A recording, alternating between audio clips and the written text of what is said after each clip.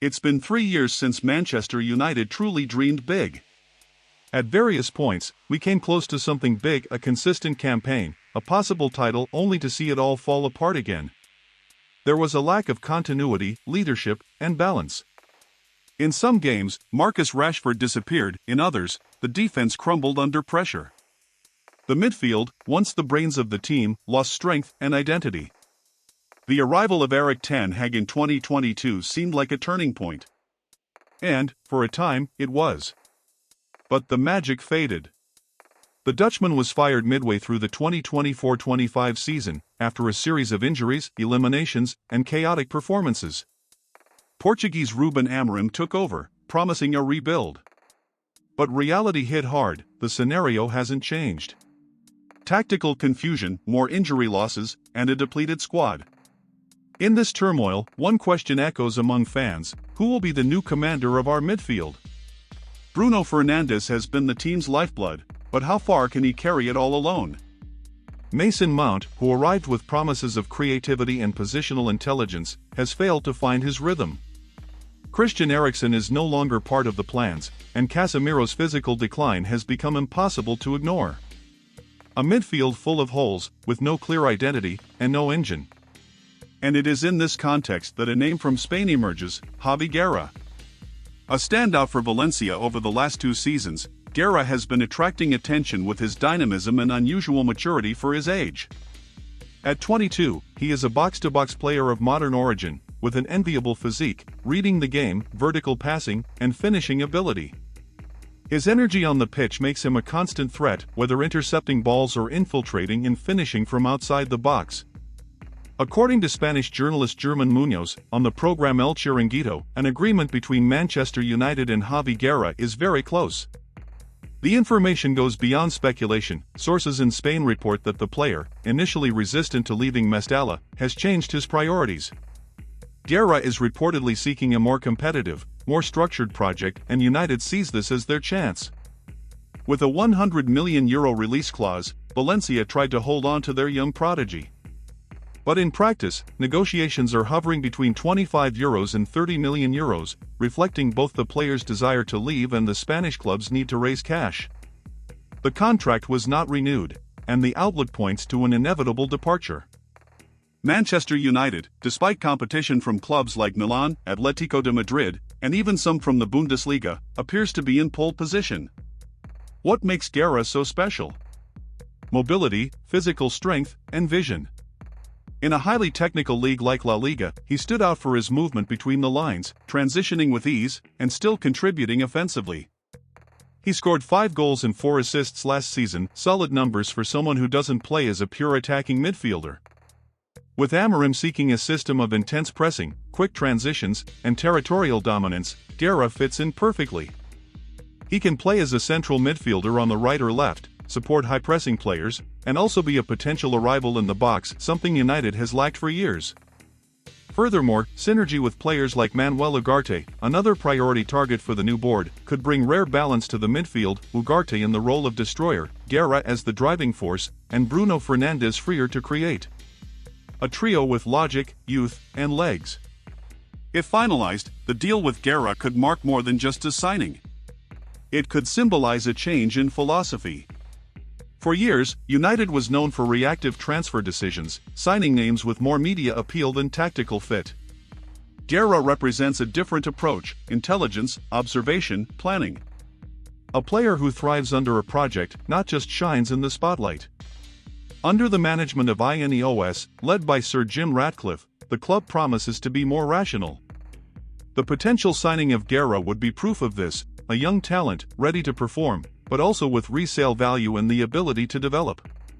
Something that has long been lacking at Old Trafford. With the 2025-26 season approaching, the need for change is no longer debatable, it's urgent. Casemiro is on the verge of a possible departure, the sector is suffering from a lack of replacements, and the transfer window demands quick moves. Guerra is not just an option, he's the most logical and viable option at this moment. And for the fans, this signing could mean the beginning of a new chapter. No more improvisation. No more relying solely on Bruno. It's time to build a midfield with identity. If Javi Guerra truly opts for United's project, and everything indicates that we will see a player with the intensity of someone who wants to win and the profile of someone who knows what to do with the ball. A new chief for the club's neediest sector. A name that could finally restore the lost balance. And who knows, this time, maybe bring us closer to dreaming of titles again and winning them. Similarly, with the 2025-26 season fast approaching and the pressure mounting on the new sporting management led by Ineos, Manchester United is stepping up its efforts to finally address a chronic problem at Old Trafford, the lack of a reliable centre forward. Since Cristiano Ronaldo's departure and Anthony Martial's ups and downs, United has been stumbling over its own choices to lead the line. Not even the promise of Rasmus Højlund, who has shown flashes of brilliance, has been enough to ensure attacking consistency. Now, a big name is once again gaining traction behind the scenes at Carrington, Aston Villa's Ollie Watkins.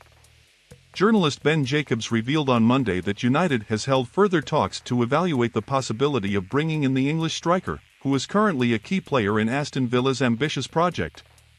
At 29 years old and with 18 caps for the England national team, Watkins has established himself as one of the most complete and consistent strikers in the Premier League. His signing, however, will not be simple nor cheap. Villa, aware of Watkins' technical and strategic value, has set a price of £60 million to release their number 9.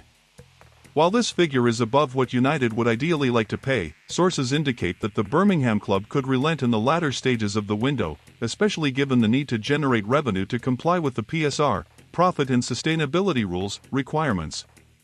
Aston Villa's financial situation is a key factor in this scenario. After significant investments in players like Moussa Diaby and Pau Torres, the club needs to free up space on its roster and generate significant sales to maintain its financial health. Watkins, with his high market value and established status, is one of the most lucrative assets available to the board. To release its top scorer, the club wants to secure a worthy replacement. According to Jacobs, one of the names being appreciated by decision-makers at Villa Park is Nicholas Jackson, currently at Chelsea. If this move goes ahead, the door for Watkins to leave will open even wider. With the arrival of Ruben Amorim, Manchester United is looking to rebuild its attacking identity. Amorim is a fan of fast-paced, transitional football, with a centre-forward who can attack space, hold the ball up, and press high up the pitch, traits Watkins excels at. The English striker is known for his tactical intelligence, movement off the ball, and versatility. He can play as a fixed number 9 or as a second striker, as well as providing depth on wing plays and excellent positioning in the box. Watkins is not just a finisher. His stats speak for themselves. 223 appearances for Aston Villa. 87 goals and 42 assists in total. 75 goals and 36 assists in the Premier League in 184 games. 2023-24 season, 19 goals and 15 assists, his best campaign so far, a key player in Villa's historic Champions League qualification. What stands out most is his ability to deliver on both sides of the pitch. Watkins doesn't limit himself to scoring goals, he presses, drops back to participate in build-up play, and creates space for his teammates, crucial for a team that still lacks attacking chemistry. United have already announced the arrival of Matheus Cunha, who can operate as a mobile centre-forward or as a second striker, floating between the lines. Watkins' arrival would allow Amorim to alternate tactical formations and even experiment with attacking duos, with Cunha playing deeper and Watkins as the reference point. Furthermore, with Rasmus Højlund still developing, the 29-year-old Englishman would bring experience and immediacy. He would play a mentor role for the young Dane and could even rotate in different competitions, such as the Premier League, FA Cup, and Europa League. The main obstacle remains the high price. Ineos, with its more rational and financial approach, doesn't want to repeat the mistakes of previous windows, where United paid above market value in deals that didn't yield results. Cases like Maguire, Sancho, and Antony are still raw. Therefore, United are expected to wait until the final weeks of the window, when Villa may be forced to relax their demands. If that happens, the Red Devils are expected to formalise an official offer of between £50 and £55 million, plus performance bonuses. There is also speculation that some players may be involved in the negotiations, as a way to reduce the net value or facilitate the deal. Names like Facundo Pellistri or Amad Diallo could be offered on loan as part of a persuasion strategy. If Manchester United wants to return to competing for titles, they need a reliable, decisive striker with a track record of consistency in the world's most demanding league. Watkins offers exactly that and more. Its possible arrival would not only represent a technical addition, it would be a clear sign of ambition, planning, and a new era of decisions based on performance, not just name or marketing. Expectations are growing. Fans are waiting. Avram needs ready-made pieces.